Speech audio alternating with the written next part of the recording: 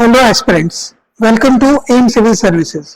मैं अभिषेक कुमार आप सबका स्वागत करता हूं हमारे प्लेटफॉर्म पे, जहां मैं आपको पब्लिक एडमिनिस्ट्रेशन सीजीपीएससी मेंस के लिए पढ़ा रहा था। इस सीरीज में हमने पिछले 5 लेक्चर्स में बेसिक समझा, फिर डिफरेंसेस समझे, अंतर जो था लोक प्रशासन और आपका निजी प्रशासन में वो जाना था, यानी कि पब्लिक और प्राइवेट के बीच में डिफरेंसेस या लिबरलाइजेशन के बाद क्या चेंजेस देखने को मिले, उदारवादी या उदारीकरण के बाद क्या परिवर्तन उसमें देखने को मिले, ये सब हमने जान लिया था। इसी साथ हमने देखा था वुड्रो विल्सन के बारे में, जिनको फादर ऑफ पब्लिक एडमिनिस्ट्रेशन यानी लोक प्रशासन के जनक के रूप में जाना जाता है। इसके साथ ही हमने ये भी जाना था कि किस प्रकार इवोल्यूशन स्टार्ट हुआ। ठीक है, इसी कड़ी में आज हम जानेंगे इवोल्यूशन का आखिरी पैराडाइम या आखिरी जो आपका चरण था उसके बारे में, यानी कि 6वां चरण जो कि 1980 के दशक से स्टार्ट होता है। तो चलिए क्लास चालू करते हैं। उससे पहले मैं आपको बता दूं कि मैं अभिषेक कुमार, मैंने यूजीसी नेट पब्लिक एडमिनिस्ट्रेशन से क्वालिफाई किया है। मेरा मास्टर्स भी पब्लिक एडमिनिस्ट्रेशन है और मुझे कई सालों का एक्सपीरियंस है यूपीएससी, पीएससी और अदर गवर्नमेंट एग्जाम्स के स्टूडेंट्स के साथ इंटरेक्शन करने का, उनको पढ़ाने का, उनको मेंटरशिप देने का, गाइडेंस देने का। तो अगर आप हमारे साथ जुड़ना चाहते हैं तो हमारा पता है M civil services, Bhagini Mandal, 1st floor, recreation road, Geeta colony, Choubey colony, near Jain Mandir. आप जब भी आएंगे तो आपको हमारे 1st फ्लोर पे सुबह 10 बजे से शाम को 5 बजे के बीच में ऑफिस ओपन रहता है। आप उस समय आके अपनी क्वेरीज प्राप्त कर सकते हैं, जो भी आपके डाउट्स है वो क्लियर कर सकते हैं, 1-to-1 मेंटरशिप पा सकते हैं और आने वाले कोर्सेज के बारे में भी जानकारी प्राप्त कर सकते हैं। तो चलिए बिना देरी के क्लास को स्टार्ट करते हैं और जानते हैं कि जो 6वां चरण था लोक प्रशासन का वो क्या कहता है, और उसके बाद जानेंगे निकोलस हेनरी के जो चरण दिए हुए हैं उनको। तो आप चाहें तो जिनकी माध्यम से अगर इवोल्यूशन यानी कि विकास के बारे में पूछता है वो आप उत्तर कर सकते हैं।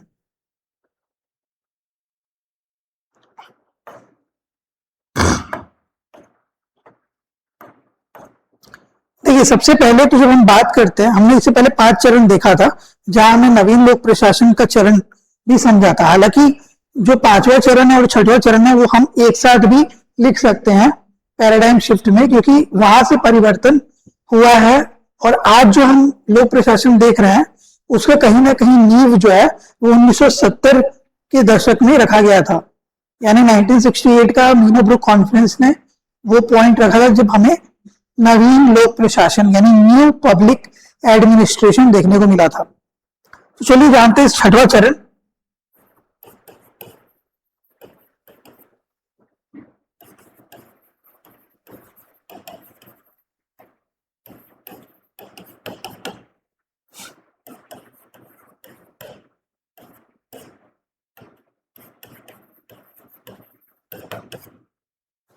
नाइनटीन 80 से लेके आज तक।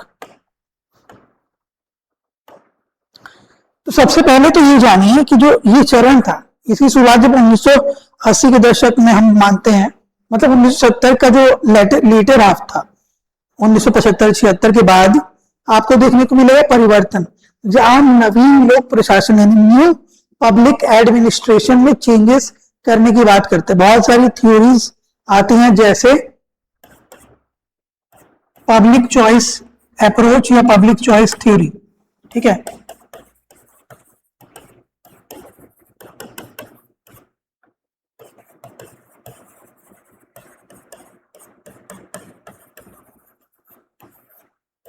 पब्लिक चॉइस अप्रोच या थ्योरी। देखिए हो क्या रहा है कि ग्लोबलाइजेशन यानी वैश्वीकरण स्टार्ट हुआ है। ठीक है, हम बात कर रहे हैं वो काल जब युद्ध वगैरह सब शांत हो चुका था। अब जो है वो पूरी दुनिया जो है वो एक नए दौर में प्रवेश कर चुकी थी, जहां हम बात कर रहे थे विकास की। ठीक है, जहां हम बात कर रहे थे लोगों की, तो बेसिकली सिटीजन सेंट्रिक बातें कर रहे, कस्टमर बेस्ड बातें कर रहे हैं। हम जो लोग हैं उनको कंज्यूमर की तरह ट्रीट करने लगे, यानी उपभोक्ता की तरह। तो जब प्रशासन करते हैं तो प्रशासन में या मान लेते हैं कि एक दुकान आपने खोली, तो दुकान में कोई कस्टमर आता है या कोई कंज्यूमर आता है, तो आप चाहते हैं कि आप उसको अच्छा से अच्छा चीज प्रोवाइड करें, उसकी चॉइस का चीज आप रखें, ताकि अगर उसकी जो जरूरत है उस कस्टमर की, अगर वो आप पूरी कर पाते हैं, तो वो बार बार आपके पास आएगा, आपसे खुश रहेगा, आपकी दुकान पे बार बार आएगा। तो वही चीज यहाँ है, पब्लिक चॉइस अप्रोच की बात हो रही है। मतलब जो लोगों की चॉइस है ना, उसके बिना पे हम कार्य कर रहे हैं प्रशासनिक। मतलब मान लेते हैं लोगों की जरूरत है अभी पानी की, तो पानी मेन मुद्दा होगा। ठीक है, आज भी आप देखते हैं कि मुद्दों पे राजनीति होती है। ठीक है, कि मुद्दा क्या होगा, जो प्रेजेंट का जो भी मुद्दा होगा। तो बेसिकली पब्लिक चॉइस अप्रोच ही है कि लोगों की चॉइस क्या है, लोगों की जरूरत क्या है, नीड क्या है। इसी समय आपको developmental administration,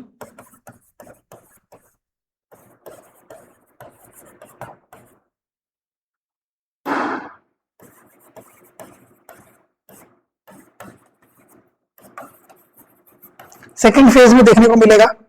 new comparative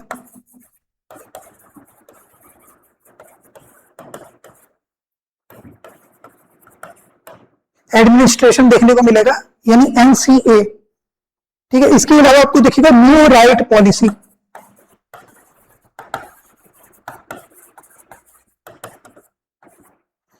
new right policy की बात करें हम, तो न्यू राइट पॉलिसी किसको करता है फीचर, राइट विंग को। आपने कई बार सुना होगा राइट विंग लेफ्ट विंग वाला कॉन्सेप्ट। तो यहां जो न्यू राइट पॉलिसी है वो बेसिकली कमर्शियलाइजेशन, ठीक है, औद्योगिकीकरण वगैरह, इंडस्ट्रियलाइजेशन, ठीक है, फिर उसके अलावा कमर्शियलाइजेशन,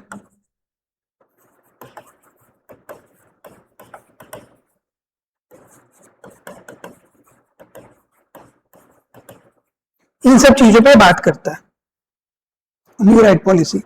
यानी बेसिकली काम जो हो रहा है ना, वो बड़े बड़े जायंट्स को इंक्लूड करके एडमिनिस्ट्रेशन करने की बात हो रही है।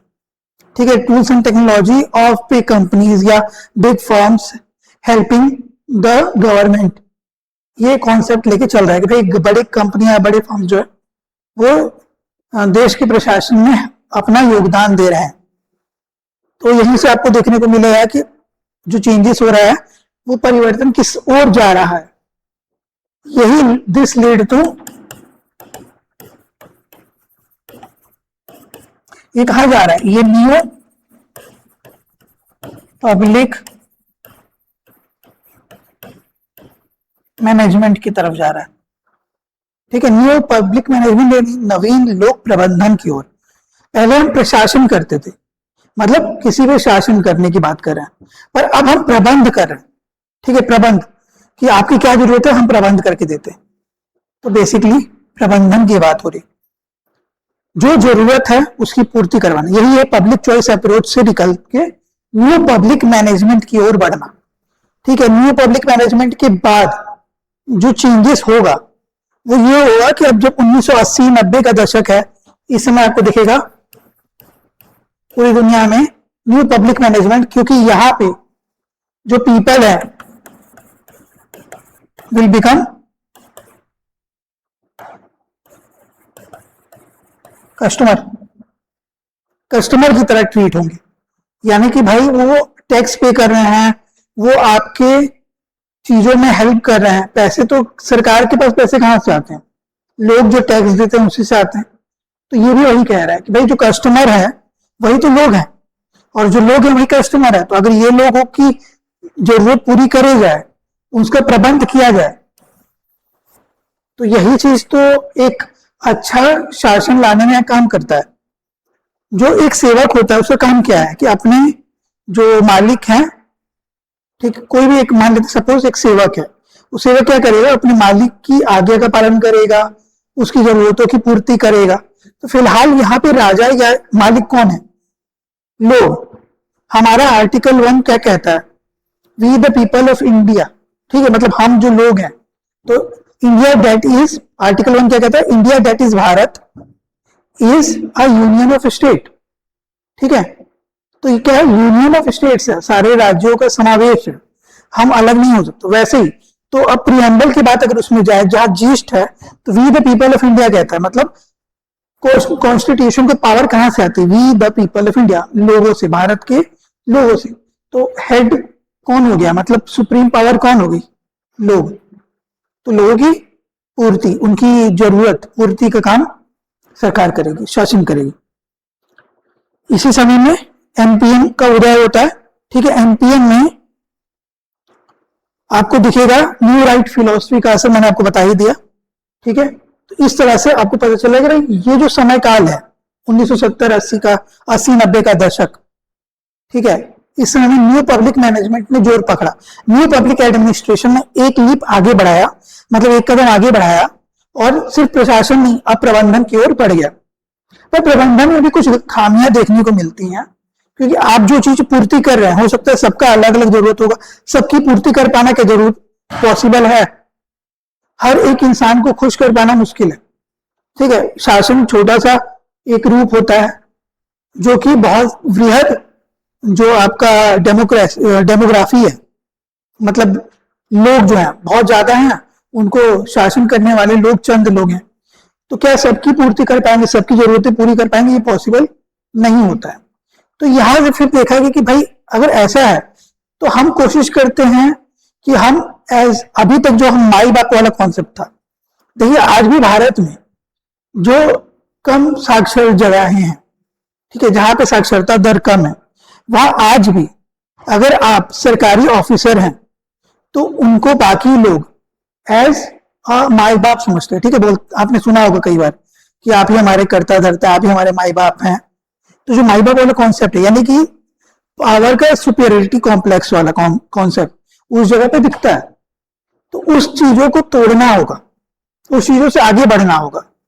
तो हमें ये समझना होगा कि जो लोग प्रशासक हैं, ठीक है, यानी कि हम जो लोग बनने जा रहे हैं, आप जो लोग बनने जा रहे हैं, बेसिकली तैयारी कर रहे हैं जिस चीज की, तो आप एज ए सेवक काम करेंगे। ठीक है, आप पब्लिक सर्वेंट होंगे। ठीक है, पब्लिक के कर्ता धर्ता नहीं होंगे। ठीक है, सुपरवाइजर नहीं होंगे, पब्लिक के पब्लिक सर्वेंट होंगे। तो सर्वेंट का काम क्या होता है? सर्विस करना। तो यहां से आगे बढ़ते हुए हम देखते हैं न्यू पब्लिक सर्विस। ठीक है, नवीन लोक सेवा। ठीक है, तो हम जो आज का काल दिख रहा है आफ्टर 90s 2000s की बात है, यहां से जो स्टार्ट हुआ है वो हुआ है नवीन लोक सेवा, न्यू पब्लिक सर्विस। ठीक है, बेसिकली देखा जाए तो ये जो थ्योरी है ये लीड कर रही है सर्विस को, यानी कि वेलफेयर की बात हो रही है। ठीक है, welfare of society, territory and people. जो सोसाइटी है, जो समाज है, उसका वेलफेयर होना चाहिए। टेरिटरी का, जो क्षेत्र है, जिस क्षेत्र में रह रहे हैं उसका, और साथ ही साथ वहां के लोगों का। तो ये कॉन्सेप्ट इस समय में आया। ये जो है एक और कदम आगे बढ़ के नवीन लोक प्रबंधन में क्या दिक्कतें आ रही हैं कि देखिए, प्रबंधन करते समय हमारा मेन फोकस होता है कि कस्टमर सेटिस्फैक्शन हो। ठीक है, पर कस्टमर सेटिस्फैक्शन देने के लिए कई बार कई सारे लॉस भी झेलने ज्यादा पड़ जाते हैं, और मेन एम होता है कि जो गोल है वो मैक्सिमम निकल सके। ठीक है, तो कई बार उसके कारण क्या होता है कि मैक्सिमम आउटपुट के चक्कर में हम बेसिक चीज यानी कि सर्विस डिलीवर नहीं कर पाते हैं। एग्जाम्पल देता हूं, आज आप किसी रेस्टोरेंट में जाते हैं, मान लेते कोई बढ़िया 5 स्टार रेस्टोरेंट, तो 5 स्टार रेस्टोरेंट और 3 स्टार रेस्टोरेंट या 2 स्टार रेस्टोरेंट में अंतर बेसिकली क्या हुआ? खाना तो आपको वही चीजें मिलेंगी। अगर आपने मटर पनीर मंगवाया है, दोनों जगह मटर पनीर में मटर और पनीर ही रहेगा, ग्रेवी में हो सकता है चेंजेस हो, मसाले लगभग सेम रहेंगे। तो क्यों होता है कि भाई बड़े होटल जैसे 5 स्टार रेस्टोरेंट्स वगैरह में वही चीज ज्यादा महंगी होती है, और वही बनिस्बत छोटे ढाबों में या अगर आप छोटे होटल्स में खा रहे हैं या रेस्टोरेंट में खा रहे हैं तो उसका दाम कम होता है। उसका कारण सिंपल सा है कि वहां पे आपको सर्विस प्रोवाइड की जाती है, आपको बेहतर से बेहतर चीजें प्रोवाइड की जा रही, हाइजीन प्रोवाइड किया जा रहा है। ठीक है, साफ सुथरा आपको दिया जाएगा, प्लेट्स साफ सफाई में धुल धुल के आएंगे, मतलब दिखने में आपको अच्छा दिखेगा, सब कुछ अच्छा लगेगा, वो एम्बियंस अच्छा होगा, आप जब भी जरूरत होगा किसी भी वेटर को कभी भी बुला सकते हैं, वो आएगा बहुत ही कर्टसी से, मतलब बहुत ही विनम्रता से आपसे आपके ऑर्डर्स लेगा, आपका ऑर्डर फुलफिल करेगा। तो सर्विस वाला बात है। लेकिन अगर आप सिर्फ और सिर्फ ये देखें कि भाई मेरा प्रबंधन काम है, तो मान लेते हैं कि एक होटल है, एक छोटा ढाबा है, ठीक है, जिसने, अगर आपने कुछ समय पहले अगर मीम देखा होगा, मीम क्या है, एक वीडियो आया था, बहुत फेमस हुआ था, जिसके कारण एक बाबा का ढाबा फेमस हुआ था, ठीक है। तो उस टाइम तो यूट्यूबर ने बाबा का ढाबा फेमस कर दिया, लेकिन बाद में क्या हुआ, सर्विस कहाँ थी, वहां नहीं थी ना। जो बना रहे थे, जैसे बना रहे थे, लोग को बस सर्विस सिर्फ डिलीवर कर रहे थे। तो डिलीवरी पे बात हो रही थी मैनेजमेंट तक, पर वो डिलीवरी बेटर होनी चाहिए, ये बात हो रही है सर्विस पे। यानी कि आप देखिए तो 1 स्टार 2 स्टार या छोटे मोटे ढाबों में आपको वो हाइजीन नहीं मिलेगा, वो सर्विस नहीं मिलेगी जो आप जाते हैं किसी अच्छे एम्बियंस में जाकर आप खाना खाएंगे, वही चीज तो मिलेगी। तो वही चीज यहाँ पे हो रही है कि यहाँ पे आपको मैनेजमेंट हो रहा है, आपको वो चीजें मिल रही है, यानी लोग कस्टमर समझ के वो चीजें प्रोवाइड की जा रही है। पर क्या वो जो चीजें प्रोवाइड की जा रही है वो बेहतर है, वो चीज किया गया न्यू पब्लिक सर्विस में, ठीक है।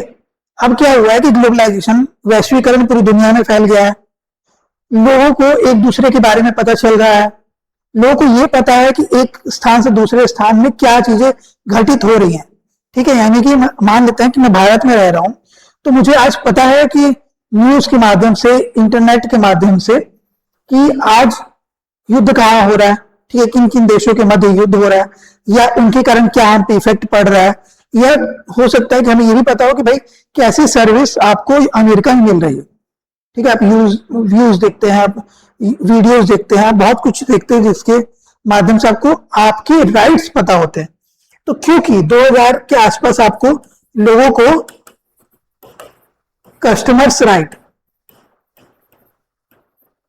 राइट पता हो गया, ठीक है। इसलिए आपको दिखेगा कि भारत में भी इस समय में आपको जागो ग्राहक जागो, 2000 के दशक में जागो ग्राहक जागो, क्योंकि ग्राहक बन रहा है। ग्राहक का काम होता है कि आप जो डिमांड कर रहे हैं वो बेहतर से बेहतर आपको प्रोवाइड हो, वही चीज तो है सर्विस।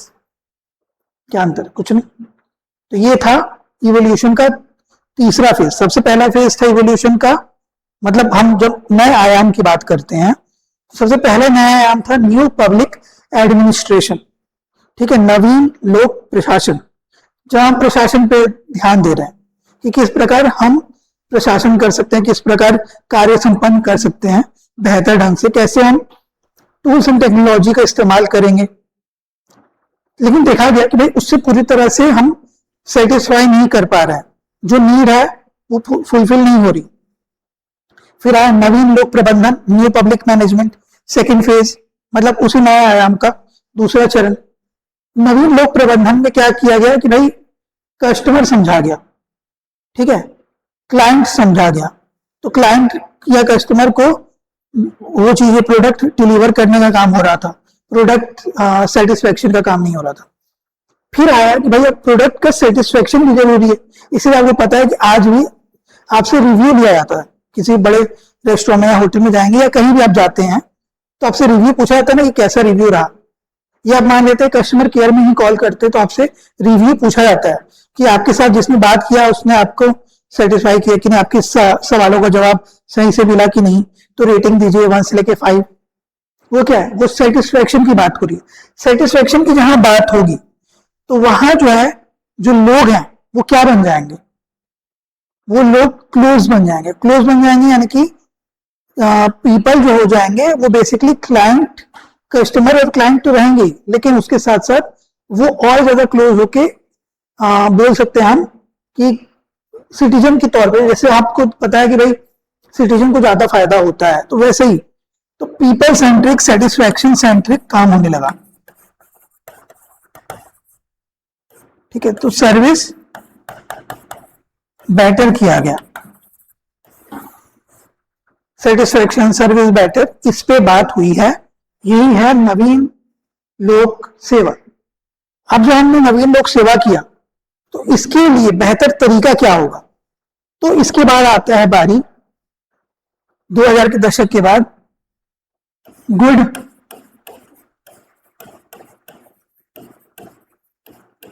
गुड गवर्नेंस, सुशासन। ठीक है, आज आपको भारत में ये शब्द बहुत ज्यादा सुनने को मिलता है। सुशासन होने का क्या मतलब है? सुशासन होने का मतलब है कि शासन जो आप कर रहे हैं, जो गवर्नेंस कर रहे हैं, वो बेस्ट या बेटर या फिर बोले तो बोले बेस्ट होना चाहिए, तभी गुड गवर्नेंस होगा। तो गुड गवर्नेंस करने के लिए आपको पता है कि क्या चीजें चाहिए, कुछ टूल्स चाहिए होंगे ना। तो सबसे पहले आपको चाहिए RTI, राइट टू इंफॉर्मेशन।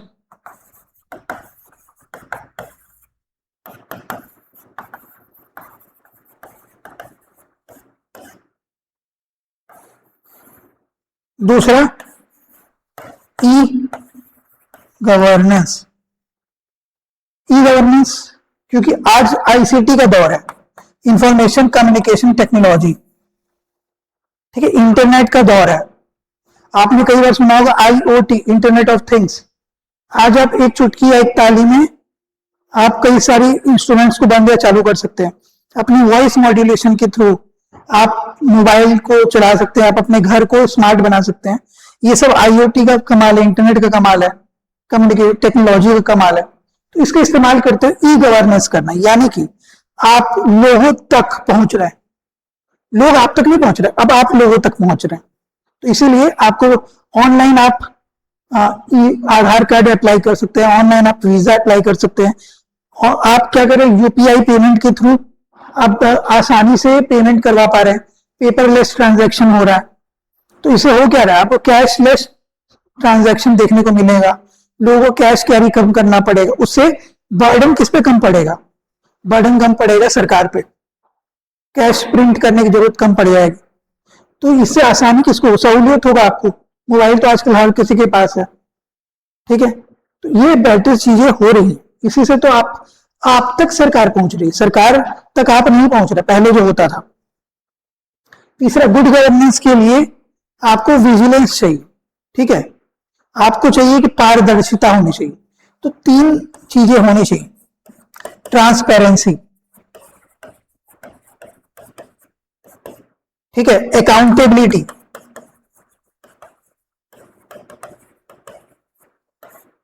ठीक है, ट्रांसपेरेंसी चाहिए, यानी पारदर्शिता चाहिए, पारदर्शी होना चाहिए।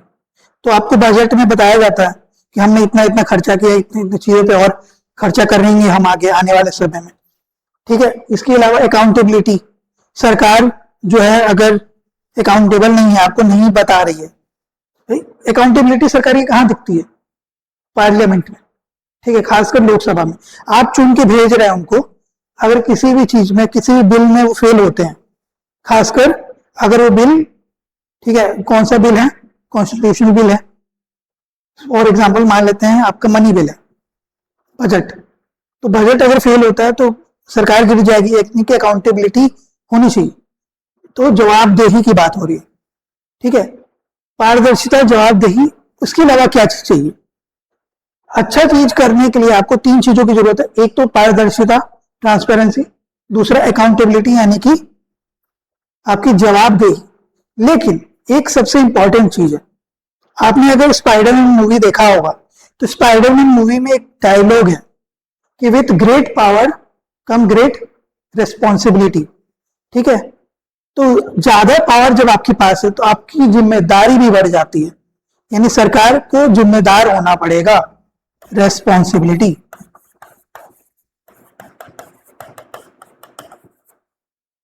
ठीक है, RTI बेसिकली क्या है, आप इंफॉर्मेशन गैदर करें, आपका राइट है।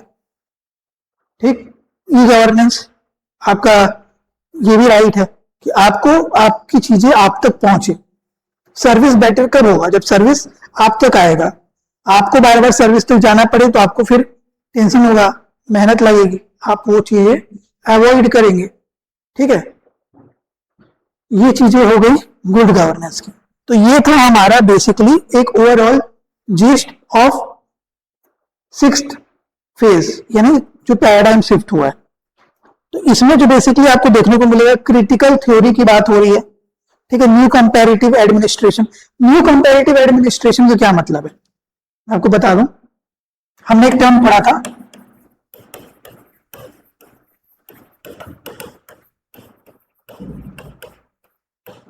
हमने पहले कंपैरेटिव एडमिनिस्ट्रेशन पढ़ा था जो यूएसए का आइडिया था, डेवलपमेंटल एडमिनिस्ट्रेशन भी पढ़ा था जो रशिया या यूएसएसआर उस समय था उसका आइडिया था।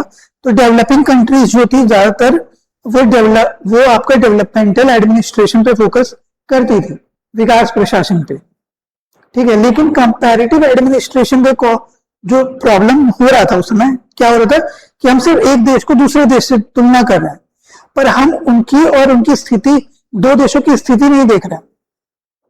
हो सकता है कि अगर आप अमेरिका का और इंडिया का तुलना उस समय करें 1947 के समय में या 1950 के समय में, तो आपको दिखेगा बहुत ज्यादा डिफरेंस। तो आप कंपैरिजन कैसे करेंगे एक नए राष्ट्र का और एक पुराने राष्ट्र का जो बहुत सालों से चला आ रहा है, जहां डेमोक्रेसी बहुत पुरानी है, जहां डेमोक्रेसी बहुत नहीं है, तो तुलना हो पाना मुश्किल था। तो देशों के बीच में तुलना होती थी, राष्ट्रों के बीच में तुलना होती थी, जो कि सही नहीं था। अब न्यू कंपैरेटिव एडमिनिस्ट्रेशन में बात हो रही है प्रशासन के मध्य तुलना की बात हो रही है, ठीक है, एडमिनिस्ट्रेशन में वर्सेस एडमिनिस्ट्रेशन, ठीक है। कैसे, अब क्या हो रहा है, एक ही राष्ट्र में मान लेते हैं कि भारत में ही दो अलग अलग डिपार्टमेंट्स है, दोनों डिपार्टमेंट्स का कंपैरिजन होगा कि भाई इस डिपार्टमेंट ने कितना बेहतर किया उसको दी गई सुविधाओं से, और इस डिपार्टमेंट में मान लेते हैं एक्स और वाई दो डिपार्टमेंट है, एक्स को भी वही चीजें दी गई जो वाई को दी गई, तो एक्स ने कैसे उसको बेहतर बनाया और वाई ने कैसे उसको बेहतर बनाया, क्या उनके बीच में क्या डिफरेंसेस क्रिएट हो गए, क्या उनके बीच में अंतर देखने को मिला, ये चीजें ही हमको देखने को मिल रही है। क्षेत्र और क्षेत्र का तो हो ही रहा है, एरिया वर्सेस एरिया हो ही रहा है, ठीक है। लेकिन अब administration versus administration, study versus study, मतलब सब्जेक्ट वर्सेस सब्जेक्ट,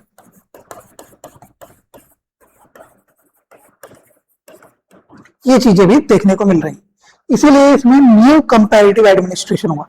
अब बेसिकली काम हो रहा है कि जहां से भी हमको बेहतर चीजें मिल रही है, चाहे वो अपने ही देश में क्यों ना हो या अपने ही क्षेत्र में क्यों ना हो, हम उन सब चीजों को कंपेयर करेंगे और उससे बेहतर रिजल्ट पाएंगे। देखिए कंपैरेटिव एडमिनिस्ट्रेशन वाला जो टर्म आया था, तो उस टाइम पे बहुत सारे लोगों ने ये कहा था कि भाई कंपैरिजन करोगे और आप उनसे तुलना करके उनकी चीजें लोगे, जो कि आपके कॉन्स्टिट्यूशन में, हमारे मतलब भारत के आपके और हमारे कॉन्स्टिट्यूशन में, संविधान में भी ली गई हैं बहुत सारी चीजें अलग अलग देशों से। तो उस समय में एक टर्म यूज हुआ था इमिटेशन का, इमिटेशन यानी कि नकल करना। तो बहुत सारे थ्योरिस्ट, बहुत सारे विचारकों ने ये कहा कि कंपैरेटिव एडमिनिस्ट्रेशन जो है वो बेसिकली नकल है, आप अकल नहीं लगा। तो इसी बात पे बहुत सारे चेंजेस आए, ठीक है। वुड्रो विल्सन ने भी कहा कि देखिए बेसिक मतलब जो अकल की आप बात कर रहे हैं वो अकल है, क्योंकि हमें क्या जरूरत है, हम बस वही ले रहे हैं, ठीक है। हम ये नहीं कर रहे हैं कि भाई हर चीज जो वहां पे है वही चीज हम उठा ले रहे हैं। सेम चीज भीमराव अंबेडकर साहब ने भी कही थी, डॉक्टर भीमराव अंबेडकर ने भी कहा था कि हमारा कॉन्स्टिट्यूशन जो है ना यूनिक है, क्योंकि हमने बेहतर चीजें जो पूरी दुनिया में थी उनको अपने मुताबिक चेंज करके अपनाया है, सेम टू सेम नहीं अपनाया। जैसे फेडरेशन, ठीक है, अमेरिका एक फेडरल टर्म है, ठीक है, अमेरिका में फेडरेशन है, पर इंडिया यूनियन है। हालांकि जो आइडिया है, जो कॉन्सेप्ट है वो फेडरेशन वाला ही है, ठीक है, लेकिन हम यूनिटरी बायस नहीं है, हम जो है डेमोक्रेटिक हैं, हम फेडरल हैं, पर हमारा फेडरलिज्म अलग है, जहां पे सेंटर थोड़ा ज्यादा पावरफुल है और स्टेट थोड़े कम पावरफुल है, ताकि कोई अलग ना हो सके, ठीक है। वैसे ही वुड्रो विल्सन ने भी कहा कि जो तुलनात्मक लोक प्रशासन हम कर रहे हैं तो वो नकल नहीं हो पाएगी, क्योंकि देखिए अगर मुझे लगता है कि कोई कातिल चाकू को अच्छे से धार कर रहा है, मतलब सपोज कि एक कातिल है, उसको मैंने देखा कि उसने चाकू को अच्छे से धार की है, तो मैं चाकू को धार करना सीखूंगा, उससे मर्डर करने की इंस्पिरेशन नहीं लूंगा। अगर मैं उसको इमिटेशन करता या मैं उसको नकल करता तो मैं उससे उसकी कत्ल करने की जो विधा है वो उसको भी सीखता, पर मुझे वो चीजें जरूरत नहीं है। मुझे जरूरी क्या है कि वो कैसे अपने नाइफ को, अपने चाकू को धार कर रहा है। तो मेरे लिए चाकू की धार ज्यादा जरूरी है, ना कि मेरे लिए उसका इंटेंशन।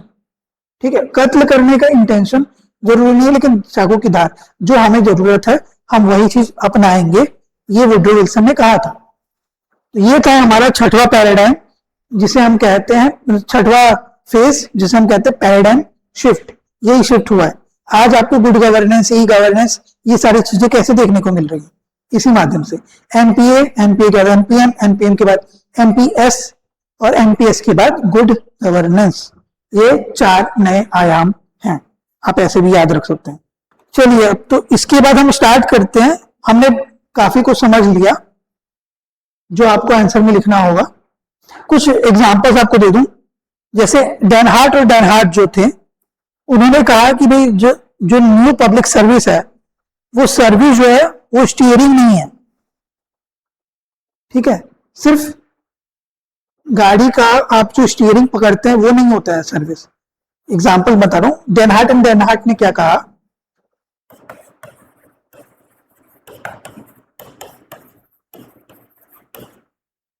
डेनहार्ट ने कहा कि देखिए, न्यू पब्लिक सर्विस जो है उसमें सर्विस जो टर्म है, नॉट स्टीयरिंग। मतलब बेसिकली काम क्या है, सर्विस करना, ना कि स्टीयर करना। मैनेजमेंट में बेसिकली स्टीयरिंग हो रहा था। स्टीयरिंग का मतलब बताता हूं। देखिए, आप एक कार खरीद के लाते हैं, तो कार में सिर्फ स्टीयरिंग नहीं होता, उसमें ब्रेक भी होते हैं, ठीक है, उसमें क्लच भी होता है, उसमें एक्सेलरेटर भी होता है, उसमें गियर्स भी होते हैं। तो आपको अगर अच्छे से गाड़ी चलानी है तो आप सिर्फ स्टीयरिंग को नहीं घुमा सकते हैं, आपको गियर चेंज करने आना चाहिए। ठीक है, आपको कब एक्सेलरेट करना है, कब पैडल से पैर उठाना है, मतलब डी एक्सेलरेट करना है, ये भी पता होना चाहिए। कब ब्रेक लगाना है, ये भी पता होना चाहिए। चाहे वो ऑटोमेटिक गाड़ी क्यों ना हो, गियर आपको वहां पे भी शिफ्ट खुद से नहीं करना पड़ता है, लेकिन पैर के माध्यम से, अपनी स्पीड के माध्यम से चेंजेस होते हैं। तो बेसिकली आप सिर्फ स्टीयरिंग घुमा के गाड़ी नहीं चला सकते हैं, आपको बाकी चीजें भी आनी चाहिए। यही है डेनहार्ट एंड डेनहार्ट का कहना कि न्यू पब्लिक सर्विस जो है वो बेसिकली एक ओवरऑल, ठीक है, एक होलिस्टिक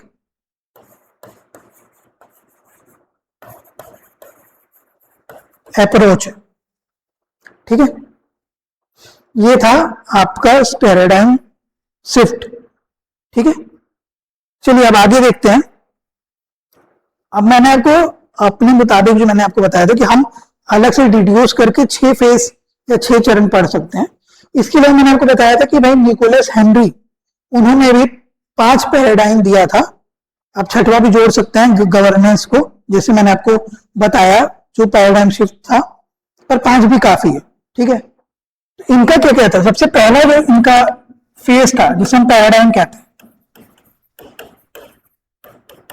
पैराडाइम 1, वो सिमिलर था जो हमने अभी पैराडाइम पढ़ा, यानी कि आपका पॉलिटिकल एडमिनिस्ट्रेशन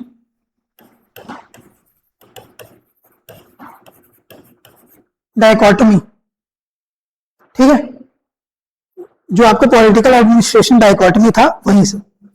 अब ये फेज में इन्होंने क्या बताया, बेसिक चीजें तो हमने वहां देख ली कि भाई पॉलिटिकल एडमिनिस्ट्रेशन डायकोटमी क्या है, उससे क्या असर हो रहा है, पर इस फेज में क्या ऐसा था जो हम इसमें आंसर में इंक्लूड कर सकते हैं।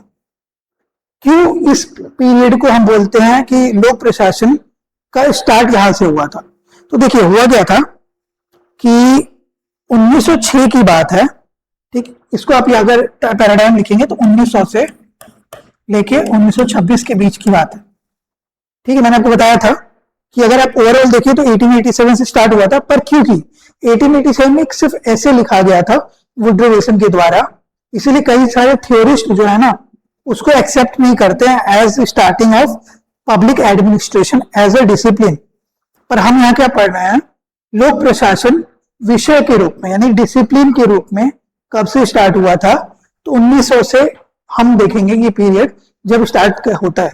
सबसे पहले 1906 में, 1906 में हमें क्या देखने को मिलता है, 1906 में देखने को मिलता है कि जो पॉलिटिकल एडमिनिस्ट्रेशन डायकोटमी है, उसके तहत फाउंडिंग और फंडिंग होता है एक डिसिप्लिन के रूप में, एक प्रोफेशन के रूप में।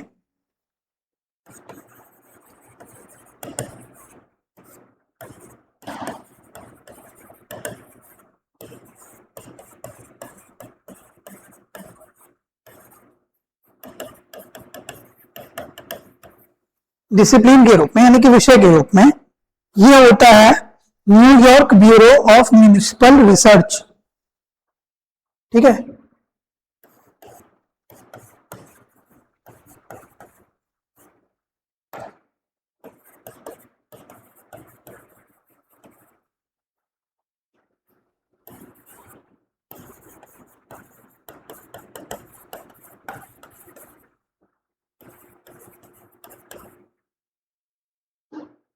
Municipal bureau of New York bureau of municipal research. ठीक है, इसी ने पहला ट्रेनिंग स्कूल या पहला स्कूल, ठीक है, इसी ने पहला स्कूल 1911 में स्थापित किया, ट्रेनिंग स्कूल था।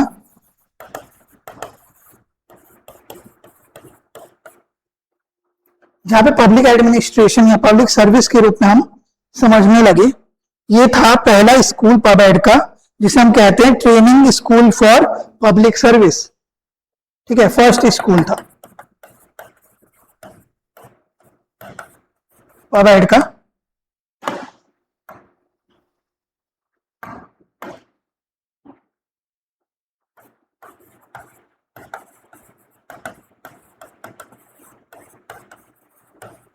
Training school for public service.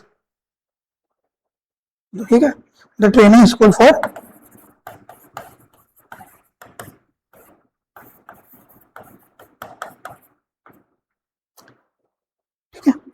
ये था 1911 में। यहीं से ये हम यहाँ पे देख रहे हैं कि कैसे विकास हो रहा है एज ए डिसिप्लिन के रूप में, विषय के रूप में। तो विषय के रूप में करने के लिए कहीं ना कहीं उसका एक इंस्टीट्यूशन भी होना चाहिए ना, जहां पढ़ाई होगा। तो सबसे पहले इसके लिए स्थापित हुआ 1906 में New York bureau of municipal research. उसी ने पहला स्कूल बनाया जिसका नाम था the training school for public service 1911 में। ठीक है, ठीक है, फिर आगे बढ़ते तो 1912 में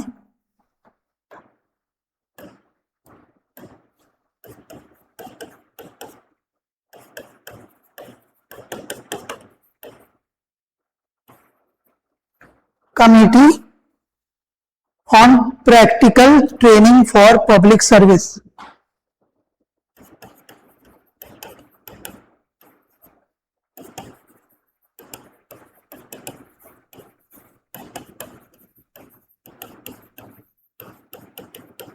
ये इस्टेब्लिश हुआ किसके द्वारा? Political science, American political science association के द्वारा।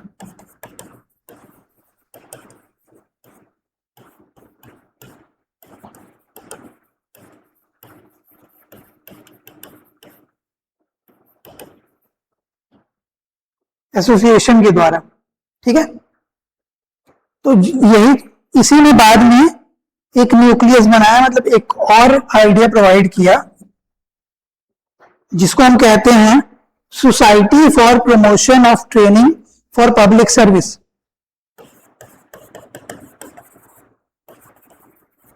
सोसाइटी फॉर प्रमोशन ऑफ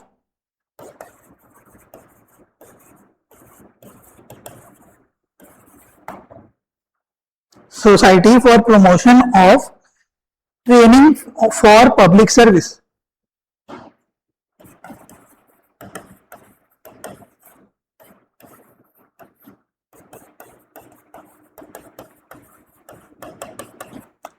ठीक है, यही आगे चल के 1939 में ये बनता है American society of public service.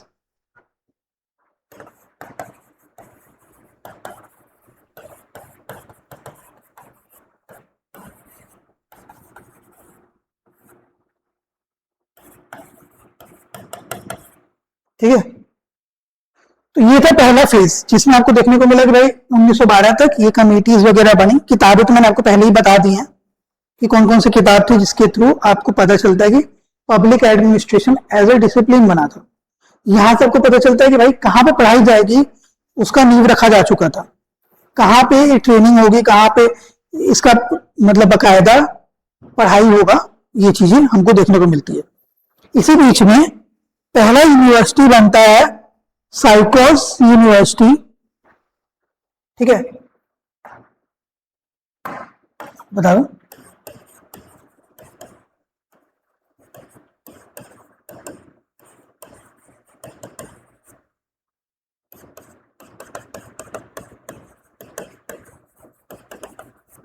पहली यूनिवर्सिटी बनती है साइकोस यूनिवर्सिटी, जो कि पब्लिक एडमिनिस्ट्रेशन में प्रोग्राम देती है, मतलब आपको as a subject public administration as subject degree देती है,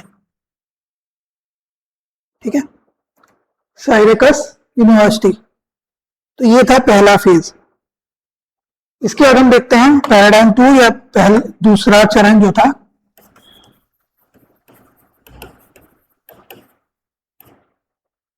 ठीक है, यूनिवर्सल प्रिंसिपल।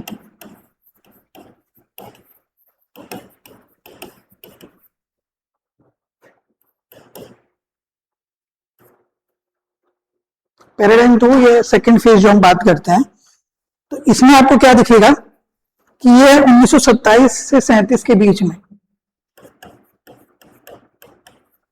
अगर आपको ऐसे याद नहीं आ रहा तो आप 1930 से 40 के बीच में भी लिख सकते हैं, माना जाएगा, ठीक है, लेकिन एक्यूरेट लिखना तो 1927, क्योंकि 1926 में पहली किताब पब्लिक एडमिनिस्ट्रेशन की छपी थी, मैंने आपको बताया है, आप मेरे पुराने लेक्चर्स देख सकते हैं, उसके थ्रू नोट्स बना सकते हैं, ठीक है। तो पैराडाइम 2 है यूनिवर्सल प्रिंसिपल की खोज, मैंने आपको बता चुका है उस समय थ्योरी कि भाई कैसे यूनिवर्सल प्रिंसिपल की तरफ तलाश हो रही थी। हमें कोई चीज पढ़ाने के लिए एक थ्योरी होनी चाहिए, एक साइंटिफिक एक्नॉलेजमेंट होनी चाहिए, मतलब वैज्ञानिकता होनी चाहिए किसी चीज में।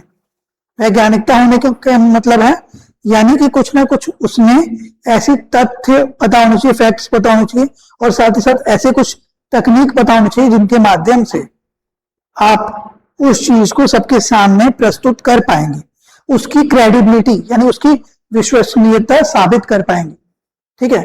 जैसे मैं अगर आपके सामने दिख रहा हूं तो उसकी विश्वसनीयता कैसे हो रही है, आप वीडियो देख रहे हैं, टाइम फ्रेम देख रहे हैं, सब कुछ देख रहे हैं, तो ये आपके लिए क्रेडिबिलिटी दिखाती है कि भाई एक टीचर है जो ये पढ़ा रहे हैं, और हो सकता है कि इन्हीं में से कुछ पॉइंटर्स आपके काम आए और एग्जाम में आपके कुछ मार्क्स एक्स्ट्रा फेच करवा दें, ठीक है। तो ये जो पैराडाइम था, इसमें विलोबी का पब्लिकेशन आया था, second full fledge text book था एडमिनिस्ट्रेशन में। इसके अलावा गुलिक एंड अर्विक ने पोस्ट कॉर्ब दिया था 7 प्रिंसिपल का, ठीक है। इसमें ज्यादा कुछ है नहीं, बाकी चीजें मैंने आपको पहले ही बता रखी हैं। तो पोस्ट कॉर्ब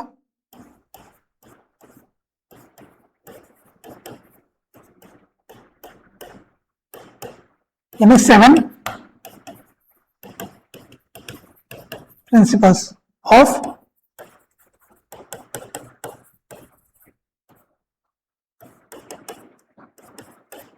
गुलिक एंड अर्विक, ठीक है, 7 प्रिंसिपल ऑफ मैनेजमेंट। यही यूनिवर्सल प्रिंसिपल के लिए आइडिया आज के टाइम में भी इसे बहुत ज्यादा अडॉप्ट किया जाता है। वर्ल्ड वाइड अडॉप्टेड है POSDCORB, planning, organising, staffing, directing, coordinating, reporting and budgeting. ये 2 नंबर में एक बार आ चुका है एग्जाम में, सिर्फ इसका फुल फॉर्म लिखना था आपको, ठीक है। आप चाहें तो इसमें ये भी लिख सकते हैं कि क्या होता है प्लानिंग, क्या होता है रिपोर्टिंग, ठीक है, क्या होता है बजटिंग, क्या होता है ऑर्गेनाइजिंग, क्या स्टाफिंग, डायरेक्टिंग, कोऑर्डिनेटिंग, इनके बारे में छोटा बहुत थोड़ा बहुत चाहे तो लिख सकते हैं अगर स्पेस आपको मिलता है।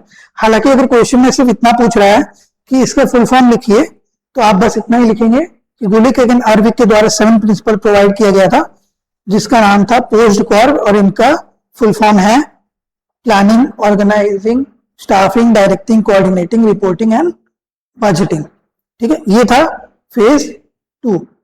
फेज 3 पे चलते हैं।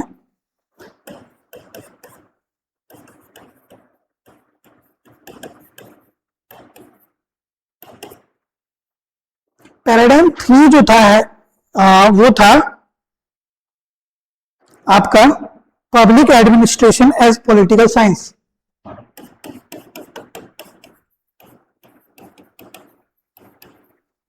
ठीक है, public administration as political science.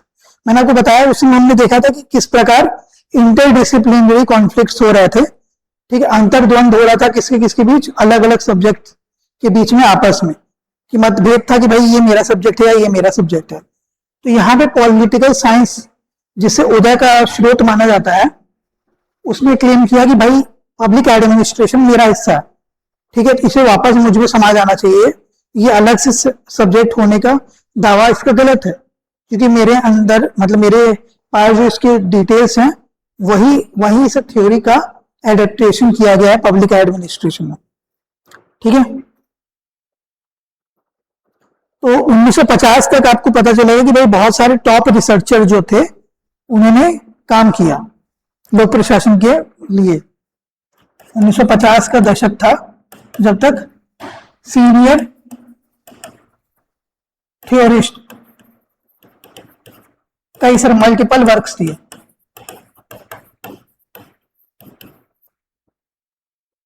ठीक है, इसके बाद पॉलिटिकल साइंस आर्ग्यू क्या करता है कि भाई political science deals with state as a whole.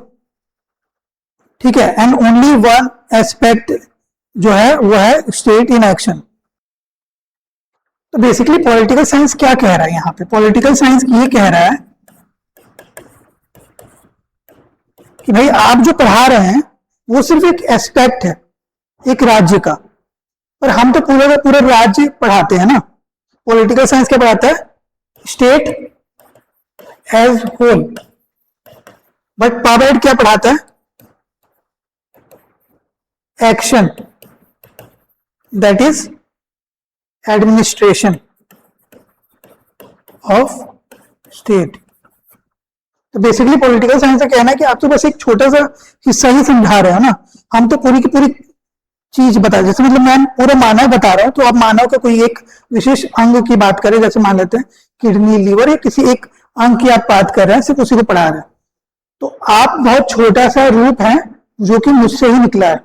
ठीक है, मानव का ही तो अंग है। ये कहना था पॉलिटिकल साइंस का, इसलिए कह रहा था कि भाई आप अलग से इंडिपेंडेंट नहीं है, मतलब आजाद नहीं है हमसे, हमारे अंदर ही होना चाहिए था आपको।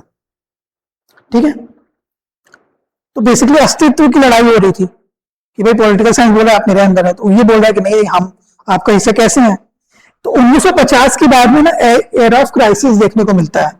इसके बाद दिखता है एरा ऑफ क्राइसिस। होता क्या है कि बहुत सारे सेमिनार्स वेबिनार्स होते हैं, ठीक है, पॉलिटिकल साइंस के, बहुत सारे लेख प्रकाशित होते हैं पॉलिटिकल साइंस के, लेकिन उसमें पब्लिक एडमिनिस्ट्रेशन जो लोग अलग से काम करते थे उनको उतनी जगह नहीं दी जा रही थी, उन्हें अलग थलग कर दिया गया था।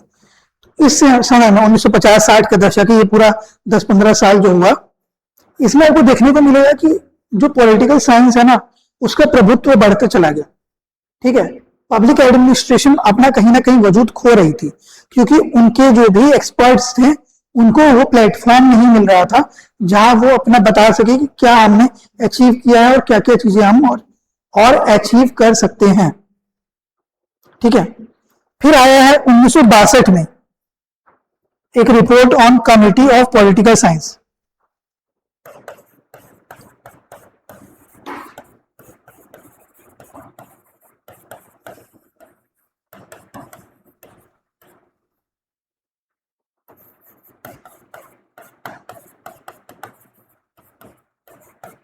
रिपोर्ट ऑफ कमिटी, ठीक है, ऑफ पॉलिटिकल साइंस, जिसमें बोला गया कि pub had not included as subject field of political science as discipline of American political science association. तो इसमें बोला गया कि भाई जो पॉलिटिकल साइंस है ना, सॉरी पब्लिक एडमिनिस्ट्रेशन, ये अलग से डिसिप्लिन के रूप में हम नहीं मानते, नॉट डिसिप्लिन, मतलब सब्जेक्ट नहीं है, सिर्फ हमारा एक प्रारूप है, एक हमारा एक अंग है।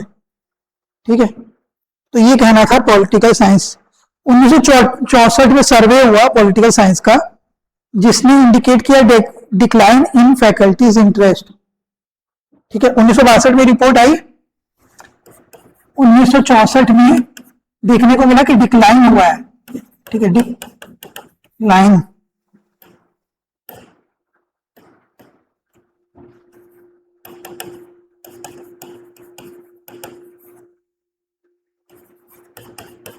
पब्लिक एडमिनिस्ट्रेशन की टीचिंग एंड ट्रेनिंग में आपको देखने को मिलेगा डिक्लाइन। ठीक है, सर्वे ने ये बताया।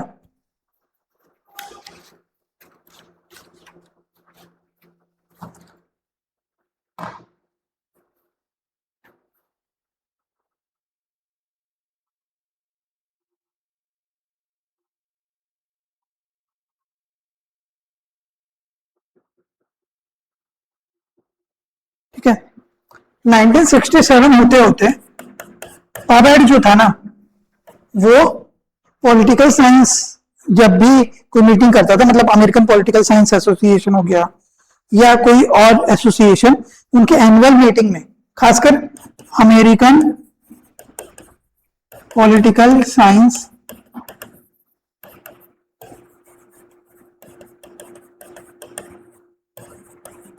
मीट्स में पाबैड का वजूद, यानी कि जो बेसिकली इनका इंटरफेरेंस था एज एन ऑर्गेनाइजेशन, ये डिसअपियर कर गया।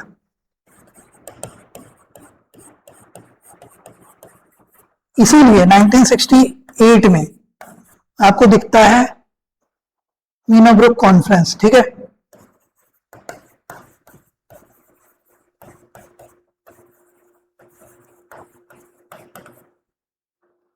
हर 20 साल में होता है मीनाब्रुक कॉन्फ्रेंस। 1968 में हुआ, 1988 में हुआ। ठीक है, उसके 20 साल के बाद अब कब हुआ, 2008 में हुआ, अगला 2028 में हुआ। ठीक है, हर 20 साल में हो रहा। अब तक 3 मीनाब्रुक कॉन्फ्रेंस हो चुके हैं। पहले दोनों में जो चेयरमैन थे वो थे ड्वाइट वाल्डो, उसके बाद तीसरे में। तो हम जब एनपीए पढ़ेंगे इसके बाद तो उसमें जानेंगे कि कैसे मीनाब्रुक कॉन्फ्रेंस में चेंजेस देखने को मिला, एक्चुअली इसी के कारण हुआ था। तो इसके बीच में क्या चीजें और चल रही थी वो भी जानेंगे। ब्लैक बॉक्स मैनिफेस्टो वगैरह आया था, ठीक है, हनी रिपोर्ट आया था, तो वो सब के कारण कैसे ही आगे बढ़ के मीनाब्रुक कॉन्फ्रेंस के बाद न्यू पब्लिक एडमिनिस्ट्रेशन स्टार्ट हुआ। 1970s तक माना जाता है कि सिर्फ 4% लोग ही पब्लिक एडमिनिस्ट्रेशन, लेस देन 4%, ठीक है, स्टूडेंट्स एंड टीचर्स रह गए।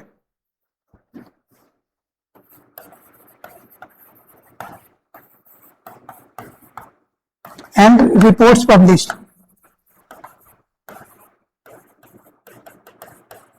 बेसिकली रिपोर्ट जो पब्लिश हो रही थी वो मुश्किल से 4% भी नहीं रहेगी। ठीक है, तो ये था आपका पैराडाइम कौन सा, थर्ड। अब जानते हैं पैराडाइम 4 के बारे में।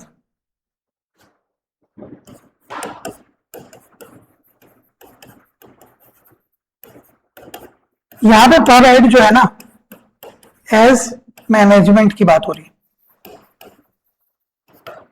ठीक है, पैराडाइम 4 क्या है, पैराडाइम 4 है मैनेजमेंट के रूप में। ठीक है, तो पैराडाइम 4 में क्या बोल रहा है कि जो पब्लिक एडमिनिस्ट्रेशन है वो मैनेजमेंट के रूप में, मतलब बेसिकली मैनेजमेंट का कहना है कि जो आप टूल्स एंड टेक्नोलॉजी यूज कर रहे हैं, provide tools and techniques,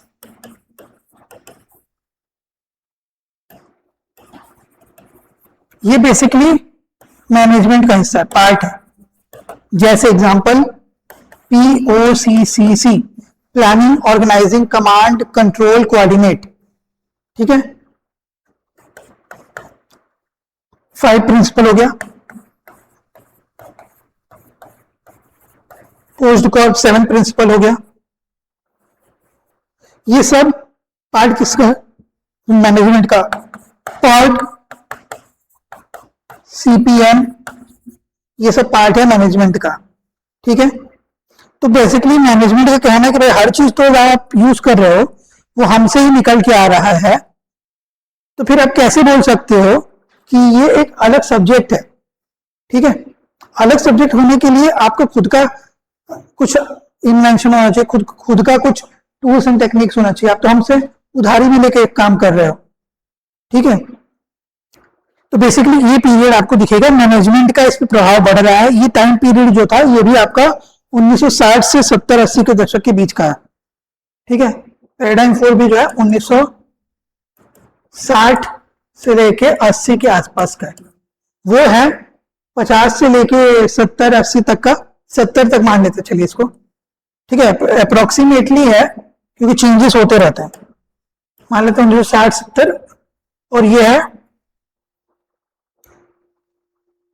paradigm जो है 1950 से 70 के बीच में। वो बेसिकली 1955 के बाद आया है, ठीक है। ये 1955 के आसपास का है, 54-55, जब हम मैनेजमेंट का प्रभाव देख रहे हैं, जो कि 1955-56 के आसपास बढ़ गया और वो 1970 तक दिखता है कि क्लियरली प्रभाव है। दोनों 1970 के आसपास था। यही वो पीरियड है जब हमने बात पढ़ा था न्यू पब्लिक एडमिनिस्ट्रेशन का। तो बेसिकली मैनेजमेंट का प्रभाव पड़ रहा है, यही चीज में बोली गई है। आपको वहीं से यहाँ पे आंसर में इनपुट लेना होगा। जो पैराडाइम, इंटरडिसिप्लिनरी पैराडाइम की बात हम कर रहे थे, ठीक है। एकेडमिक्स की बात करें, किसी भी चीज की बात करें, तो ये जो है ना, सेपरेशन होने के बजाय इंटीग्रेशन की ज्यादा बात हो रही है।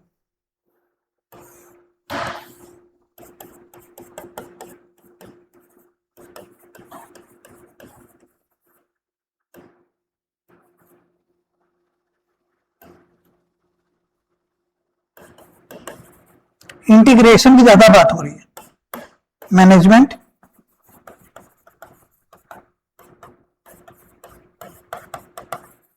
पॉलिटिकल साइंस के बीच में, ठीक है। तो ये था पैराडाइम 4। आगे बढ़ते हैं पैराडाइम 5 के बारे में।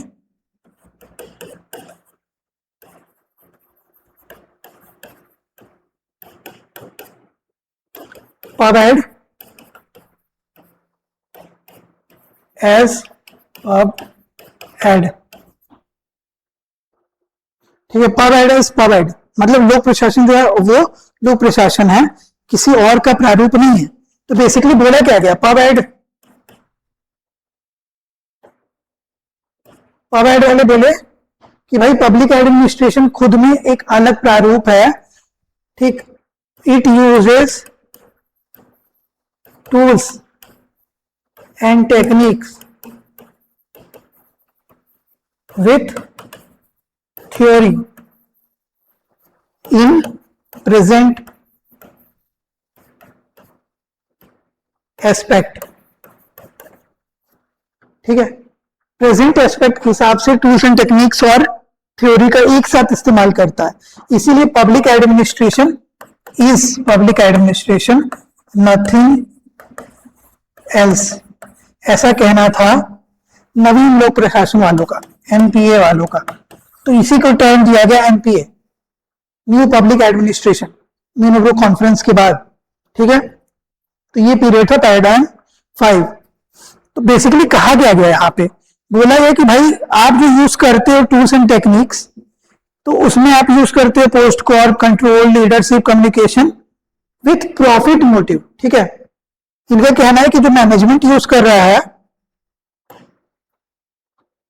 पब्लिक एडमिनिस्ट्रेशन का, कि जो टूल्स मैनेजमेंट यूज कर रहा है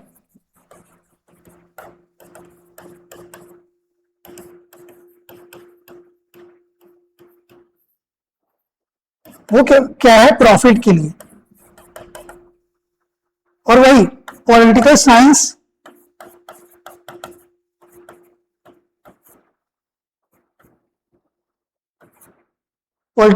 जो कि यूज कर रहा है थ्योरी, ठीक है, उसमें बेसिकली मैनेजमेंट से रिलेटेड चीजें नहीं है, यानी कि आप यहां पे सिर्फ और सिर्फ वर्क कर रहे हैं, प्रॉफिटेबिलिटी नहीं कर रहे हैं, ठीक है। तो प्रॉफिट विदाउट वेलफेयर और वेलफेयर विदाउट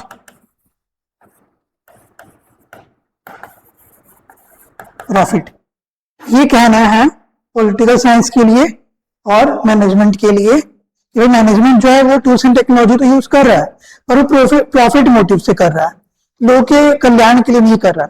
वही पॉलिटिकल साइंस में कहा जा रहा है कि आप लोगों का कल्याण करने की कोशिश तो कर रहा है पर प्रॉफिट नहीं कमा रहा है, मतलब उसको डायरेक्टिव ढंग से प्रेजेंट नहीं कर पा रहा है। इसीलिए public administration is public administration, nothing else. कुछ और नहीं है, लोक प्रशासन है, क्योंकि वो इन दोनों का एक्चुअल कितना कंपोजिशन में समावेश चाहिए, क्या चीजें चाहिए और कैसे उसको इंप्लीमेंट करना है, ये हम अलग से जानते हैं। ठीक है, माना कि आपसे हमने थ्योरी ली, आपसे हमने टूल्स लिए, लेकिन उनको अपने मुताबिक इस्तेमाल किया। जो कंपैरेटिव पब्लिक एडमिनिस्ट्रेशन का लॉजिक था कि हम इमिटेशन नहीं करते हैं, हम नकल नहीं करते हैं, हम अपने मुताबिक उन चीजों को ढाल लेते हैं और अपने फायदे के लिए उसका इस्तेमाल करते हैं। वही चीज यहां हो रहा है। ये था पैराडाइम 5। ठीक है, तो प्रबंधन से अलग इसलिए है और प्रशासन से अलग इसलिए है, पॉलिटिकल साइंस से अलग इसलिए। ठीक है, इसके बाद last but not the least paradigm. आप चाहे तो लिख सकते हैं, हालांकि पैराडाइम आज तक आपके लिए लिख दिया तो काफी है, पर पैराडाइम 6 जो है, छठवा,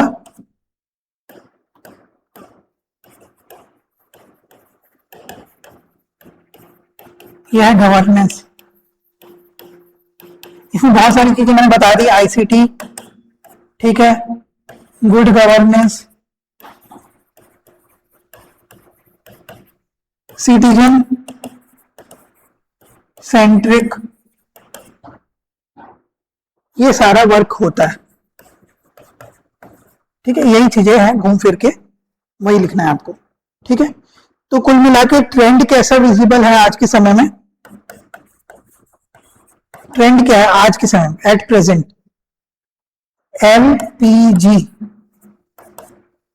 लिबरलाइजेशन, प्राइवेटाइजेशन, ग्लोबलाइजेशन के बाद people know their rights and government knows their limitation. ठीक है, तो अब गवर्नमेंट को लिमिटेशंस पता है अपनी कि मेरा दायरा कहां तक है, लोगों को अपना अधिकार पता है, इसकी पूर्ति के लिए आज कैसे काम चल रहा है कि आज के समय में मिनिमम गवर्नमेंट मैक्सिमम गवर्नेंस की बात हो रही है। ठीक है,